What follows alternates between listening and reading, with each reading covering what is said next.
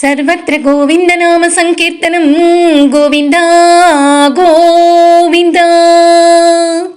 35వ దశకం శ్రీరాముడి చరిత్ర. నీత సుగ్రీవ మైత్రీం తదను హనుమతా దుందుబే కాయముచ్చైః క్షిప్త్యాంగుష్టేన భూయో లులువిధయుగపత్ పత్రిణా సప్తసాలాన్ హత్వా సుగ్రీవఘాతోద్యతమతులబలం వాలినం వ్యాజవృత్యా వర్షావేలామనైః విరహతరలితం త్వం మతంగాశ్రమాంతే. నిన్ను కలిసిన ఆంజనేయుడు తన ప్రభువైన సుగ్రీవుడితో నీకు స్నేహాన్ని కుదిర్చాడు. నీవు దుందువి అనే మహారాక్షసుడి కళేబరాన్ని కేవలం నీ కాలి బొటనవేలితో దూరంగా విసిరేశావు. ఒక్క బాణంతో 7 తాటి చెట్లను ఒకేసారి కూల్చావు. తరువాత మహాబలవంతుడైన వాలిని అధర్మ కార్యాలు చేశాడన్న కారణంగా చంపావు. వాలిని సంహరించిన తరువాత మతంగముని ఆశ్రమానికి చేరుకుని వర్షాకాలమంతా సీతా విరహంతో అక్కడే కాలం గడిపావు. సుగ్రీవేణానుజోక్త్యా సభయమభియత వ్యూహితాం వాహినీం తాం వృక్షాణాం వీక్ష్య దిక్షు ధృతమధదయిత మార్గణా యావనం రాం సందేశం చాంగుళీయం పవనసుతకరే ప్రాదిశో మోదశాలీ మార్గే మార్గే మమార్గే కపిభిరపి తథా త్వత్ప్రియాస ప్రయాసైః. ఒకనాడు లక్ష్మణుడు వచనాలకి భయపడిన సుగ్రీవుడు వెంటనే నీ దగ్గరికి వచ్చి మంచి వ్యూహాన్ని రచించి వానర భల్లూక సైన్యాన్ని సమాయత్తపరిచాడు. సీతాదేవిని వెతకటానికి సుగ్రీవుడు ఏర్పాటు చేసిన ఆ సైన్యాన్ని చూసి నీవు ఎంతో సంతోషించావు. హనుమంతుణ్ణి పిలిచి అతడికి నీ ఉంగరాన్ని ఇచ్చి నీ సందేశాన్ని చెప్పి పంపావు. అప్పుడు వానర సైన్యమంతా అన్ని దిక్కులకి వెళ్ళి ఎంతో ప్రయాసతో సీతాదేవిని గురించి తీవ్రంగా అన్వేషించడం ప్రారంభించారు. త్వద్వార్తా కర్ణనోద్యాత్ గరుదురుజనవ సంపాతి వాక్యా ప్రోత్తీర్ణార్నోధిరంత నగరి జనకజాం వీక్ష్యా దత్వాంగుళీయం ప్రక్షుత్యోద్యాన సమక్ష క్షపణచణరణః సోడబంధో దశాస్యం దృష్ట్వా ప్లుష్ట్వా చ లంకాం ఝటితి స హనుమాన్ మౌళిరత్నం దదౌ తే. స్వామి, నీ మాట వినటం వల్ల పంపాతి అనే పక్షిరాజుకి వెంటనే బలమైన రెక్కలొచ్చాయి. ఆ పంపాతి ఆకాశంలో ఎగిరి సముద్రం మధ్యలో ఉన్న లంకానగరంలో సీతాదేవి ఉన్నదని తెలుసుకొని ఆ వార్త వానర వీరులకు చెప్పాడు. అది విని హనుమంతుడు సముద్రాన్ని లంఘించి లంకానగరంలోకి ప్రవేశించి అక్కడ అశోకవనంలో ఉన్న సీతాదేవిని చూసి ఆమెకి నీవిచ్చిన ఉంగరాన్ని సమర్పించాడు. ఆ తరువాత అతడు అశోకవనాన్ని నాశనం చేసి అడ్డు వచ్చిన రావణుని పుత్రుడైన అక్షయకుమారుణ్ణి కూడా వధించాడు. ఆ సమయంలో ఇంద్రజిత్తు హనుమపై బ్రహ్మాస్త్రాన్ని ప్రయోగించగా దానికి కట్టుబడి బుద్ధిపూర్వకంగా రావణాసురుడి సభలో ప్రవేశించాడు. తరువాత లంకానగరాన్ని దహించి తిరిగి వచ్చి సీతాదేవి తనకు ఇచ్చిన చూడామణిని నీకు అందించాడు ప్రభు. తం సుగ్రీవాంగదాది ప్రబల కవిచము చక్ర విక్రాంత భూమి చక్రో విక్రమ్య పారే జలధి నిశిచరే ద్రానుజా శ్రీయమాణః తత్పోక్తాం శత్రువార్తాం రహసి నియమయన్ ప్రార్థనా పార్థ్యరోషాం ప్రస్థాగ్నేయాస్త్ర తేజస్త్ర సదుదదిగిరా లబ్ధవాన్ మధ్యమార్గం.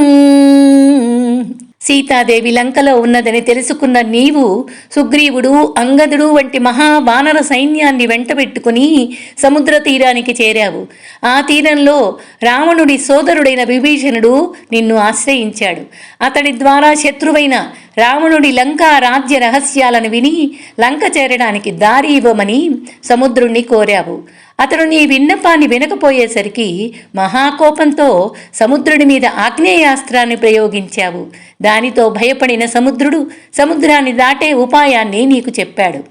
కీశైరాశాంతరోపాకృతగిరినికరైః సేతుమాధాప్య యాతూన్యామర్ధదంస్ట్రా నఖశిఖరిశిలా సాలశస్త్రైः స్వసైన్యైః వ్యాకుర్వన్ సానుజస్త్వం సమరభువి పరం విక్రమం శక్రజేత్రా వేగాన్నాగాస్త్రజద్ధః పతగపతిగ మారుతైర్మోచితో భూః.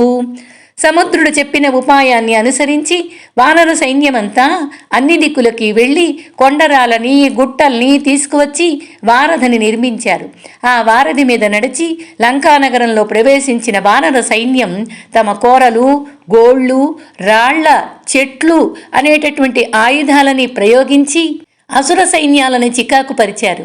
నీవు కూడా నీ సోదరుడు లక్ష్మణుడితో కలిసి యుద్ధరంగంలో శత్రువులపై పరాక్రమాన్ని చూపిస్తూ ఉండగా ఇంద్రజిత్తు మీ ఇద్దరిపై నాగాస్త్రాలు ప్రయోగించి బంధించాడు.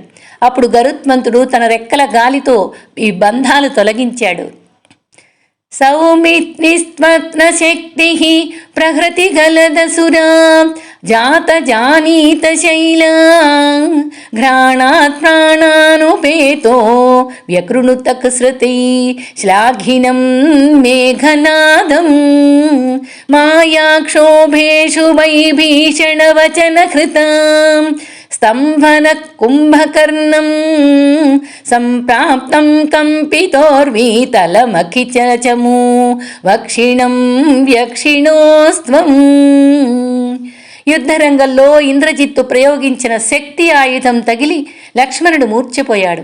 వెంటనే హనుమంతుడు సంజీవని పర్వతాన్ని తీసుకురాగా ఆ పర్వతం మీద ఉన్న మూలికల గాలితో లక్ష్మణుడు మూర్ఛ నుంచి తేరుకున్నాడు. తరువాత మాయా ప్రావీణ్యం కలిగినవాడు, ప్రగల్భాలు పలికేవాడు అయిన మేఘనాథుణ్ణి లక్ష్మణుడు సంహరించాడు. తరువాత రాక్షస మాయతో నీవు బాధపడుతూ ఉండగా విభీషణుడు నిన్ను ఊరడించాడు. అంతలో భూమి అంతా కంపించేలా సకల వానర సైన్యాన్ని భక్షిస్తూ యుద్ధరంగంలోకి ప్రవేశించిన కుంభకర్ణుని నీవు వధించావు. గృహ్ణంజంభాది సంప్రేషితరథ కవచౌ రావణేనాభయంజన్ బ్రహ్మాస్త్రేణాస్య వింధన్ గళతతిమబలా అగ్నిశుద్ధాం ప్రగృహ్ణన్ దేవశ్రేణీవరో జీవిత సమరమృతై రక్షతై రుక్షసంఘైః లంకాభర్త్రా చ సాకం నిజనగరమగాః సప్రియ పుష్పకేణ. స్వామి, నీవు ఎంతో భీకరంగా రావణాసురుడితో యుద్ధం చేస్తున్నప్పుడు ఇంద్రుడు దివ్య కవచాన్ని, రథాన్ని నీకు పంపాడు. ఆ కవచాన్ని ధరించి రథాన్ని అధిరోహించి బ్రహ్మాస్త్ర ప్రయోగంతో రావణుడిని సంహరించావు. ఆ తరువాత అగ్ని ద్వారా పరిశుద్ధమైన సీతామాతను స్వీకరించావు. అప్పుడు దేవతలందరూ యుద్ధరంగంలో ప్రాణాలు కోల్పోయిన వానర సైన్యాన్ని తిరిగి బ్రతికించారు.